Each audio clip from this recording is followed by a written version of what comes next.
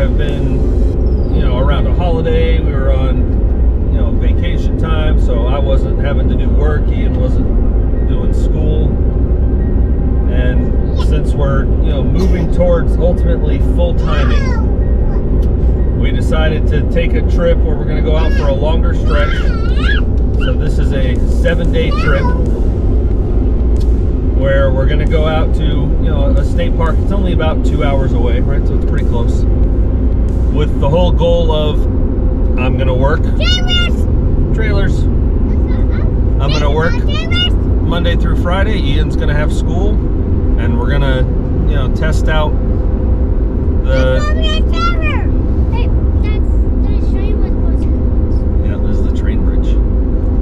So we're going to test out just living normally in this, right? We don't have family around that we're spending time with. We don't have, any special events that we're going to or anything, particular that's taking up time like all these other trips have had.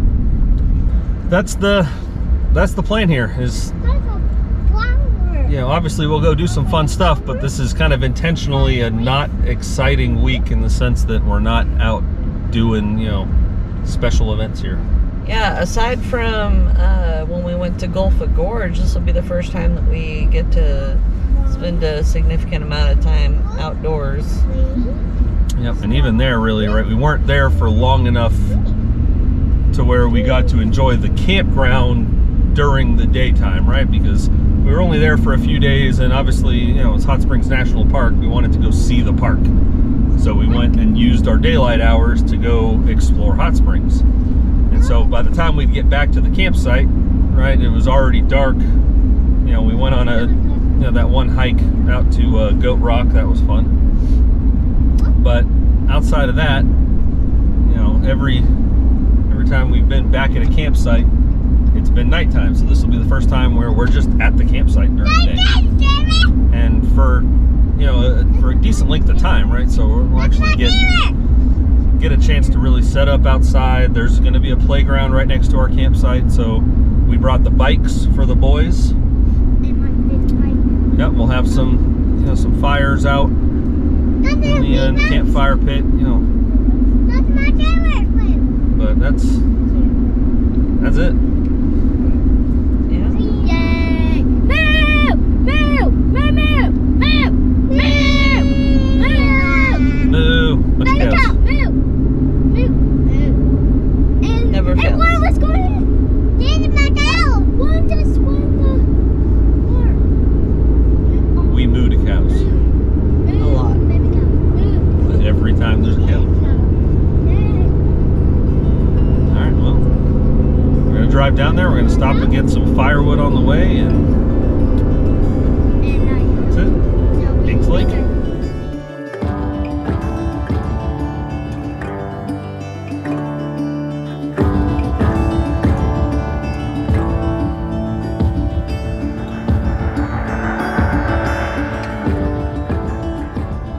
So we are pulling into Inks Lake State Park. So far, the drive has been really pretty. Lots of really, really gorgeous overlooks. We got a little bitty view of the lake earlier. Right now, we're parked kind of close. I don't know if you guys can see it, but of course, it started raining like 10 minutes ago. So that means we get to set up in the rain, which is going to be super duper fun. And get to argue with the kids who are not going to want to be cooped up inside after a 2-hour drive.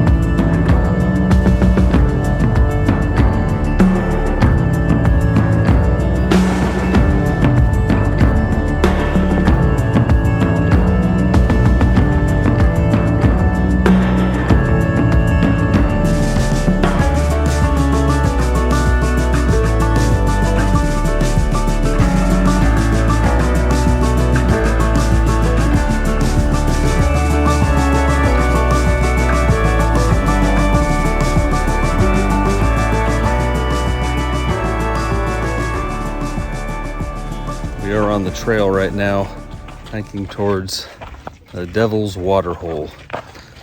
I guess there's some cool high ridges that people can jump off and dive into, and the water's deep enough there, but really we're just going down to the lake here. There's a trail that brings you up to a high scenic overlook, and so we'll check that out as well. I forgot the GoPro, so we're filming this on the iPhone. Look how pretty this is. But yeah. Oh my! I want to climb it. I want to climb it. So I think right behind us is the main swimming access. So we'll go here first, take a look there, and then there's the Valley Spring Trail, which is a big loop that then connects to that trail that goes up high on that scenic overlook route.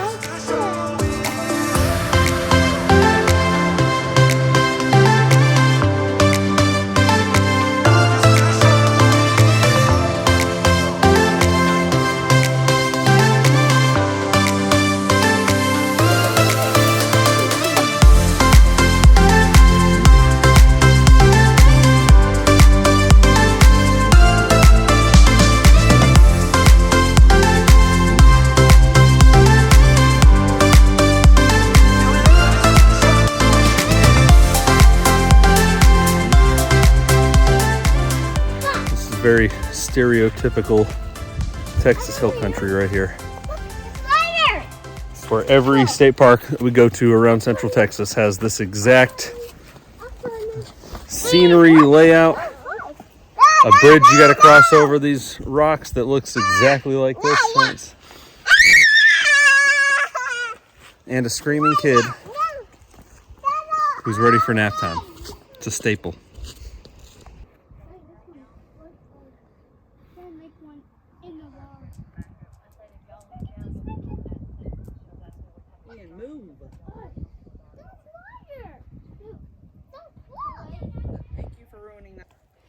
So how was the hike?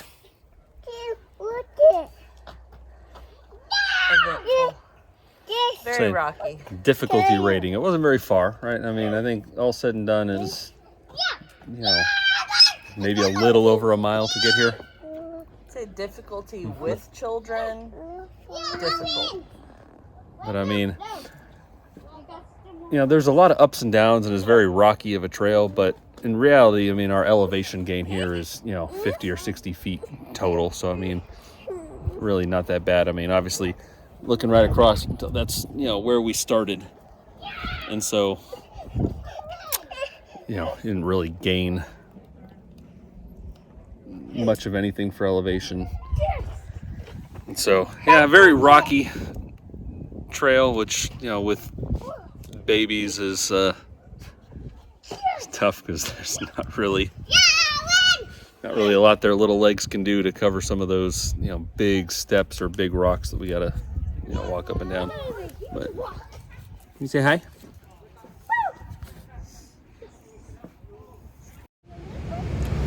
So we just wrapped up our hike there. It's 65 degrees and we are sweaty. Took a at least a half-mile scenic detour there when we missed a turn, and it became just as quick to take the long way around than to retrace back to where we missed that turn. That was brutal, especially Lucas, our least graceful child, just couldn't go more than 10 feet without tripping. Yeah, and for at least the last mile of that, I mean, I'm thinking it might have been closer to a mile and a half. Jacob was passed out, so I was having to carry him as he slept. Just left injury there on Lucas Patrol, trying to be there and keep catching him every time he trips, which is very frequent. Yes. And of course he's jealous of Jacob and he wants to be held, but he weighs a solid 40 pounds. And refuses to hold a hand, so there's nothing we can do to try to prevent him from falling. So it's just every couple steps, plop on a rock. But we made it. Ian, how was the hike? Okay. Good. That's how it was. What did you get to see on the hike? I saw waterfalls Yeah, those little waterfalls. Those were cool. and a little river.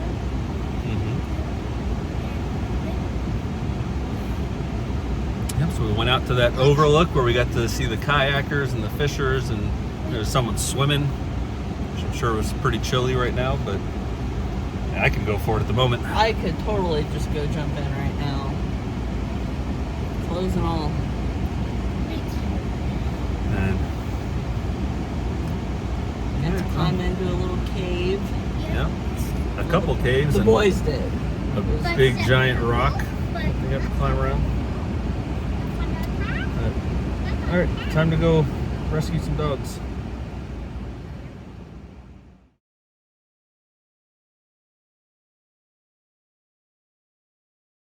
Welcome to our living room. It's here. So, we got obviously the living space. There's our little couch right here. It's a little two-seater. It's got some storage space behind here because it's a jackknife. Whenever we're moving the TV that's up here, we wrap it in a blanket and we stick it behind there with some pillows so it doesn't get broken. But other than that, I like to fold it down during the day and use it as a lounging area. But it's a nice comfy little couch. And then over here underneath the sort of entertainment center, got our little cabinet where we keep the video games. And then our fireplace that actually puts off a really decent amount of heat. Then of course there's two doors that lead to the bedroom. We'll get to that later. And then over here we have the dining room slash kid dresser. Call it the dresser. Call it the dresser. So it actually pretty comfortably seats the five of us. We can fit the boys back here, and then we each have a spot. And then back underneath where you see Lucas, this cushion lifts up, and there's actually a storage area under there that we are not actually utilizing yet, but eventually we will. And then down here underneath, we've got these huge, and I mean huge, like 4-foot long drawers where we keep all the boys' clothes. So this one is the baby's clothes over here. And then we've got Ian's drawers over here. And like I said, they are huge. And then of course the dinette, I mean, this lifts off and you can put it down and it also turns into a bed. And that's actually you could comfortably fit an adult on that bed, if not two. We don't use it right now, we don't have a need, but this would be the next most comfortable place, I think, for someone to sleep. Because it's just as long as our master bed, I think. So. Yeah. And then we've got the nice big windows back here. You can kind of see you can definitely see the fixed window right now.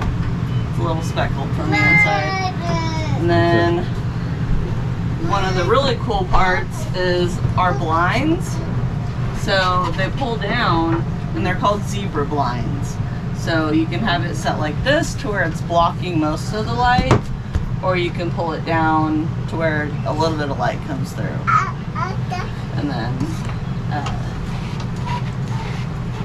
have it all the way up for full on light. And it has the screens, and the windows open, which comes in really handy whenever we're cooking because we need airflow so that our fire alarm things don't go off.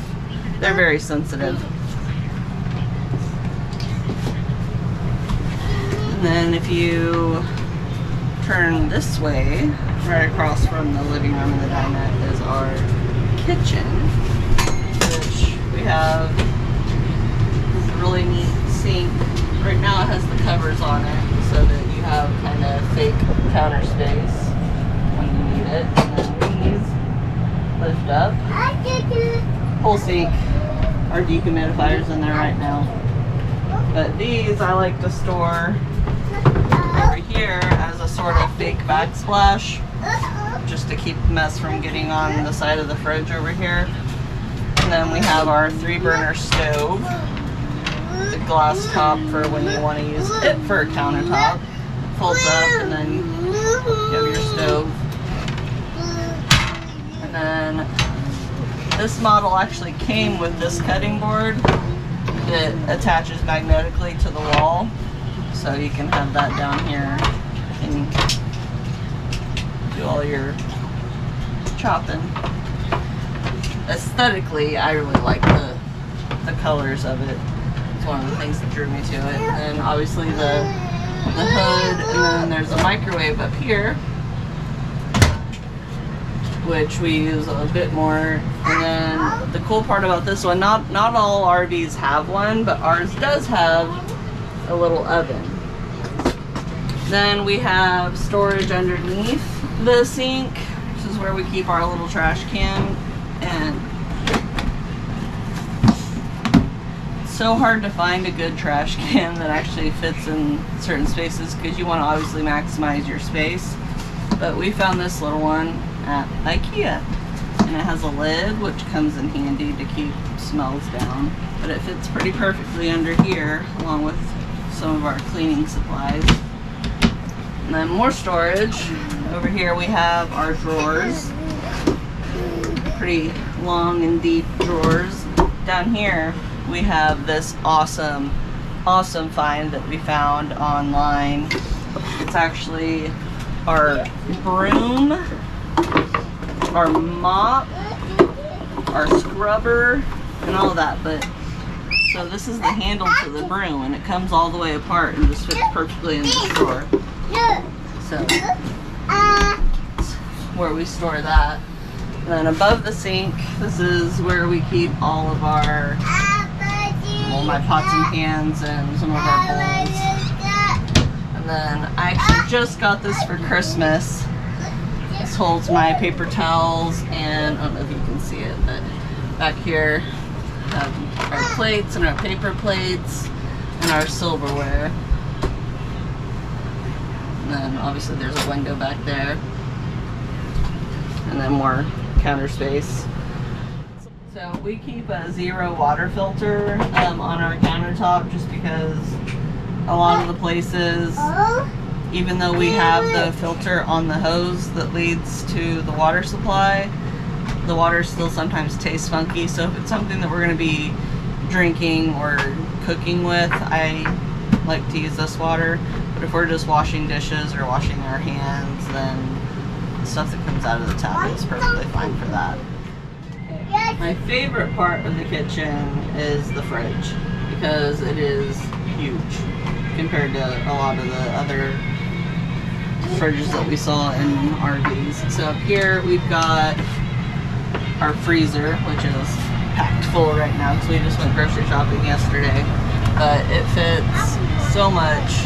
Got this big shelf up here, and then we got some ice from our ice maker that's outside, and storage in the door. And then to keep it shut, there's a really cool latch system on the side. And then down here, the fridge. We've got this nice big drawer down here where I keep all of this stuff. And these containers are perfectly sized. And you really want containers like this when you're doing this, because whenever you're going down the road and you have food in here, everything just slides around and goes crazy. So they fit in perfectly. Got these, got some sodas in here, and then our drink thing, because we like flavored water. And then the door holds plenty of stuff. We got our eggs up here and all that. Really spacious fridge. I love it. Then we have the pantry over here, which is probably our #1 storage space because it is ginormous. Full on closet. My arm reaches all the way in to the back. That's how deep it is. So this is where we keep all of our food, some more cleaning supplies, a bit more of our kitchen appliances. And obviously we have children, so diapers and whatnot stays in there too.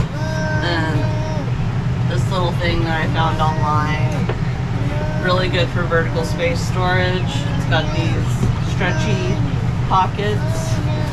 Comes in really handy. I keep the baby wipes, a few little kid toy things in here that the boys can reach. It's where I store my kitchen towels, and then these little play mat things that I put on the floor for the boys whenever they're playing with their Hot Wheels and stuff. Then right next to that is our bathroom. Just looking in real quick. We got the shower. We got our little RV toilet, and then got our medicine cabinet over here, which is a full medicine cabinet. It actually has a lot of storage up here. It's where, right now, where we keep our toilet paper, medicine, a few other things. And then there's actually a lot under the sink too. So it has a full cabinet down here with 2 shelves. All of our toiletries down there in a basket. And a pretty decent sized bathroom sink too. And an outlet so you can do your hair and stuff in here. And then right now, because space is so limited out there, when nobody's taking a shower, this is where we keep our dirty clothes hamper and stuff. And this looks really out of place, but really awesome shower head. So water shoots out here, here, and here. So even though it's a tiny shower, you're getting full coverage. And then head space for the tall folks. All the way up there. He's 6'3" and he can stand in it. And obviously a vent up there. And then one of the reasons that we actually chose this one over some other ones is the second door. Because if you have, you know, people outside and maybe somebody needs to use the bathroom, they don't have to walk through our whole house to get to the bathroom. And it leads out. This is the boys' bedrooms. Up here, this is Ian's domain. It's where he sleeps. He's got his own little window. Nice and spacious. It's, I want to say, It's a double. yeah, it's a double. It's not quite a twin, not quite a full. It's right in the middle of it. I mean, the big thing is just the cutout in this corner. Yeah. But then Ian has But a ladder here. yeah, and this ladder, whenever it's not in use, it stows this way, but whenever he wants to climb, it just comes out like that, and then he can pull it up from there. It's nice and handy. And then down here is the baby's bedroom. They've got a little window over there too.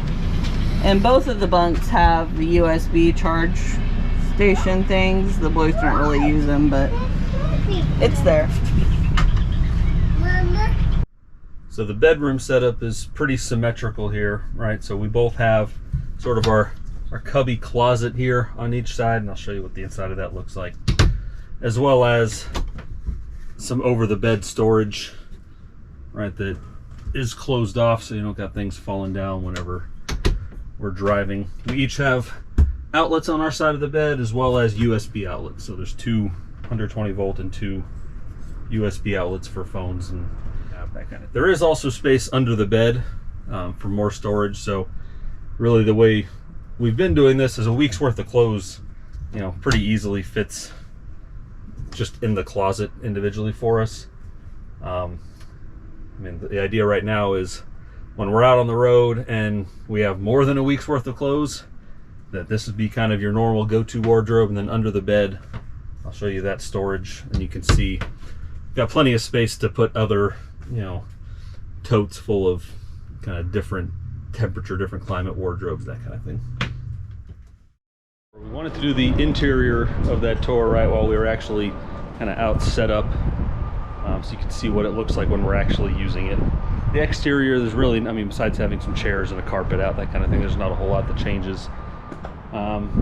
So right now I'm at the storage unit, but I'll give a quick walk around of the exterior here, and then you can see the interior while we're at Inks Lake, what that looks like. But I'll start out front here. And so here's our trailer parked here. The only big things here, right, we got 2 propane tanks sitting in here, and that's for our propane furnace as well as cooking. And then we've got our battery box hanging out right here. We upgraded this to 2 golf cart batteries rather than the one normal 12-volt battery that comes in these, just to double, right, kind of the usable amp life. So that gives us the ability to run for, you know, with a 12-volt fridge, it's not going to be a ton, right? But we can run for about 24 hours, which is enough to, you know, go boondock somewhere for a night, and that's about it. We do have 1 solar panel, but it's a 50-watt solar panel that came with it. Before we go out full-time, we'll be, you know, adding a good amount of solar up top. But for right now, it gives us the ability to not have to be concerned if we're, you know, unplugged for 6, 12, 18 hours. So then moving around to the campsite, we have this first storage compartment. And so this compartment goes all the way through to the other exterior wall, and you can see all the way in the back, if you look real close there, our water heater. But this storage compartment we use for anything that is related to, you know, first hitching, unhitching, or that initial setup when we get to camp. So our things like our chocks and our leveling equipment will be here. Our hitch, as you can see, you know, kind of lives in here as well. Dog tie outs, because that's one of the first things we want to be able to do is get dogs tied out so we can get kids and everybody out of the truck while I'm doing the rest of the setup. And then we have some things that just you would want to face the campsite. So things like our big outdoor rug that goes in front of everything, the mat that we use to scrape our shoes in front of the front door, as well as kind of chairs and a dog bed and things like that. So all that sits in this storage compartment. It's not well organized. I mean, none of these storage compartments are well organized right now. We're still kind of learning how we want to use them, what makes sense to put in what. But this is a real big pass-through compartment, and it also is open to the compartment that's under the master bed. And so you'll see that in the inside as well. But then moving along here, we've got our front door. So there's a big awning that goes across the front here, as well as kind of some blue lights, and then this exterior light up around here for that. Our front door has these nice sure steps. I say they're nice in that they're nice and sturdy. You know, when you're getting up and down in them, they don't rock the trailer as well like the ones in the back will. However, they are a pain to have to adjust the legs, because every time you set up somewhere new, these legs have to be adjusted to the correct length. And so that part's a pain, but once it's set up, it's really nice. Moving here, you have our outdoor kitchen. And so the idea here is, right, you know, you're kind of out hanging out in your chairs right in front of the camper, and you don't want to have to go inside every time you want to drink or that kind of thing, as well as maybe you want to do a little bit of cooking out here. I mean, this is not a, you know, a super high-end kind of setup, but what we got here is an ice maker, which works really well.